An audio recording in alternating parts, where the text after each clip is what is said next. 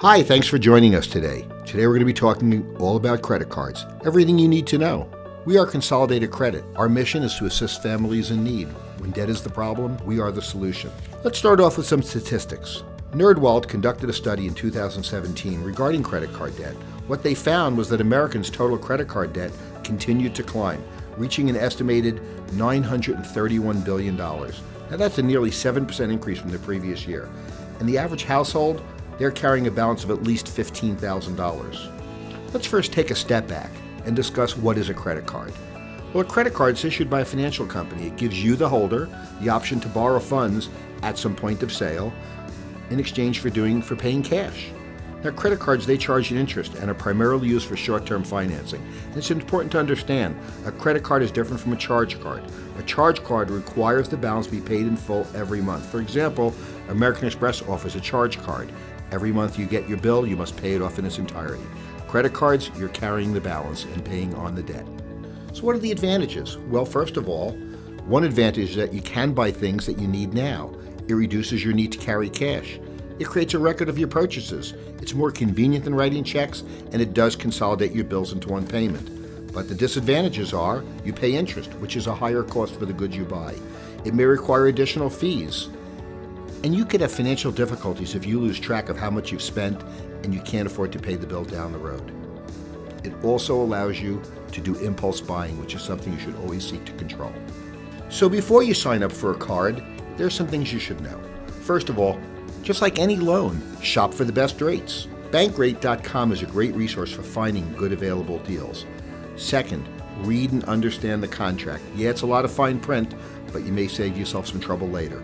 Don't rush into signing anything. And once you do sign, make a copy of it. Even if it's online, print it out, keep a copy. Also, figure out the total price when paying with credit. How much will it cost you over time? Make the largest monthly payments possible every time. Of course, when you get credit cards, you should compare them. Compare them to the ones you have, compare the ones you don't have. Know the penalties for missed payments. How much is the annual percentage rate? The interest rate can vary greatly between cards. One issuer could give you a rate of 5.99%, while another one could offer you a 21% rate. Some will have a teaser rate to start with, and it'll go up higher later. Know the rates ahead of time before you apply. Second, annual fees. Some cards have no annual fee, while some have fees of $75 or more. Transaction fees. If you do a balance transfer, will it cost you any money? And finally, grace periods. How many days after the due date do you have to pay your debt before you're assessed a late fee? Most cards no longer have a grace period. It's important to check into this, though. The features that your credit card offers are also very important. For instance, what is the credit limit that the card offers you? How widely is the card accepted? Will it be taken at all the stores that you shop at generally? Think about the advantages of a major credit card versus store credit card. Sometimes it is in your best interest to have a store credit card. While limited, it offers you great advantages for the things that you like to buy and need most often. And finally, what services are available? A lot of credit cards offer ancillary services. Don't fail to check those out and see what benefits you're getting. So the question naturally arises, how do lenders choose whom to give credit to? How do they decide one person from the next? Well, primarily they use what's called the 3 C's: character, capacity, and capital. Character. Will you repay the debt? Have you used credit before? Do you pay your bills on time? Do you have a good credit report? Can you provide character references? From your credit history, does it look like you possess honesty and reliability? How long have you lived at your present address? Those are among some of the questions they'll want to answer. Second is capacity. Can you repay the debt? How long have you been at your present job? How much money do you make? What is your salary? What other loan payments do you have? What are your living expenses? What other debts do you have? How many dependents do you have? In other words, what is your ability to pay after we remove all your other expenses and after we add up all your income? And then finally, capital. What if you can't repay the debt? What do you own? What do you have in your possession that you can sell that would help you repay the debt? Even if it's not a secured debt. Do you have a savings account? Do you have investments to use as collateral? Having capital is an important thing. It's an asset that underlies your ability to pay back debts. You want to build your credit history. How do you do that? First of all, establish a steady work record. Pay your bills promptly. Opening a checking account and not bouncing checks is quite important. Opening a savings account. Make regular deposits. Apply for local store credit cards and make regular monthly payments. Maybe apply for a small loan and use your savings account as collateral. If you don't have good credit and you need help, You can also get a cosigner on a loan and pay back the loan as agreed. At least it will show that you have a positive history. The trouble is sometimes you do need to get a credit card to start building good history, but you can't get one. And then you should look into a secured card. A secured card is a little bit different from a regular credit card in that you're going to be required to put a deposit at a bank or financial institution, and they will hold that money in an account in case you can't pay your bill. That's the security, the collateral against your amount that you owe. Now, one of the good things about a credit card that's secured is that it'll help you get a card that's not secured. It'll also give you the ability when you do have to travel and you need a credit card to use that in emergencies when you can't access your bank account instantly. The drawbacks? Well, there are some drawbacks. First of all, you do have to pay back the money that you borrow. Second, the money you put into the deposit, into security, that money is going to be held for a while, so you won't have that money available. And if you do need to take that money out for something, you're going to have to put that back, otherwise you won't have the capital to secure the credit card. Is it worth a drawback? Sure it is, especially if you need to rebuild your credit. But again, as in all decisions using credit, you have to do it wisely. So how much credit can you afford? Well, it's an interesting question because it depends on how much you spend on everything else. Generally speaking though, 15% of your net income is all that should go to be paying your personal debt, because you have to leave room for food, generally expected to be roughly 20%, housing 25%, personal debt, as I said, 15%, and then mixed on all the other expenses you generally find. It's going to have to be squeezed in there because personal debt can't outweigh your other more important requirements for life: food, housing, clothes, and so forth. It's important to stress that you never borrow more than 15% of your net yearly income. Let's take an example then. So if you earn $2,000 a month after taxes, then your yearly net income is $24,000 a year. That's 12 times 2,000. Calculate 15% of your annual net income to find out your safe debt load. 15% of 24,000 comes to 3,600. So you should never have more than 3,600 in debt outstanding.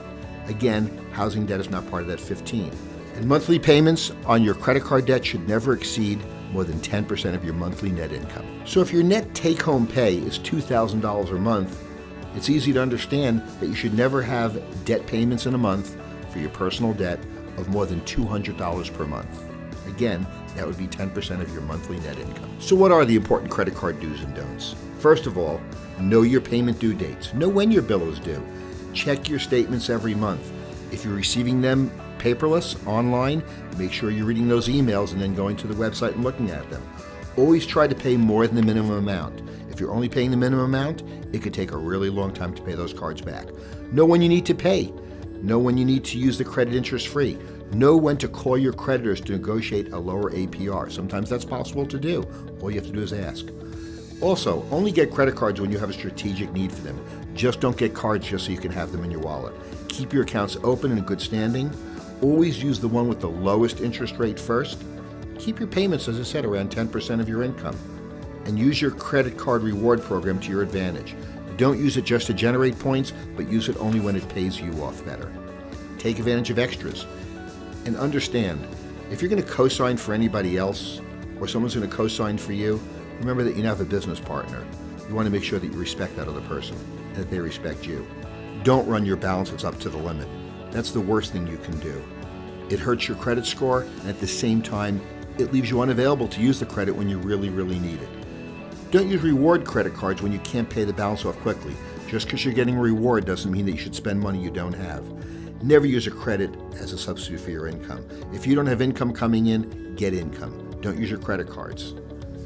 If you miss a payment by more than 30 days, call your creditor. If you're going to miss the payment, call your creditor. And avoid cash advances. Cash advances usually carry a much higher interest rate than your regular purchases. And don't apply for too many cards in a 6-month period, because that will go against your credit. Also, if you have any old accounts out there, don't just close them. You may want to use them or just leave them out there, but closing them, you don't want to do that. And don't let them close to inactivity. Try and use them occasionally just to keep them out there. They will help your credit, but don't run up credit when you don't need it. And finally, if you can help it, never carry a balance from month to month. The best borrowers are the ones who pay their loans off every month and start anew. Never take on more credit than you can afford. And again, if you run into trouble, don't hide from your creditors. They're the first one you should call when you have trouble. Every month now you're going to be also getting a credit card statement, just like you get from other accounts that you have. And in there you're going to find a lot of important information. Aside from your name and address, And the name of the credit card company are things like the annual percentage rate you're paying. Check to make sure that hasn't changed. Make sure you're following your due dates. Make sure those don't change. They'll tell you what your new balance is, what your old balance was, how much you're paying in finance charges, and again, the due date. That's a really important date. On the back of your statement, you'll generally find what the fees are for lost, stolen cards, cash advances, other fees. Make sure you're aware of what they are. It's important to know your statement really well. Again, I advise getting your statement online and getting a printed copy. It doesn't hurt to have an extra copy for now. The Fair Credit Reporting Act, that protects your privacy and the accuracy of information about you that's held by credit bureaus. Under this act, credit reporting agencies, they're not allowed to report any information that's too old, incomplete, or wrong. And positive and neutral information can be reported indefinitely. Negative information can only be reported for a specific period of time. Bankruptcies are from 10 years. Civil suits can be on there for no longer than 7 years. And again, 7 years for unpaid liens and other things. It's important to know the law and to look into it if you have any questions, but understand that negative information cannot be reported about you indefinitely. There's a time limit on them.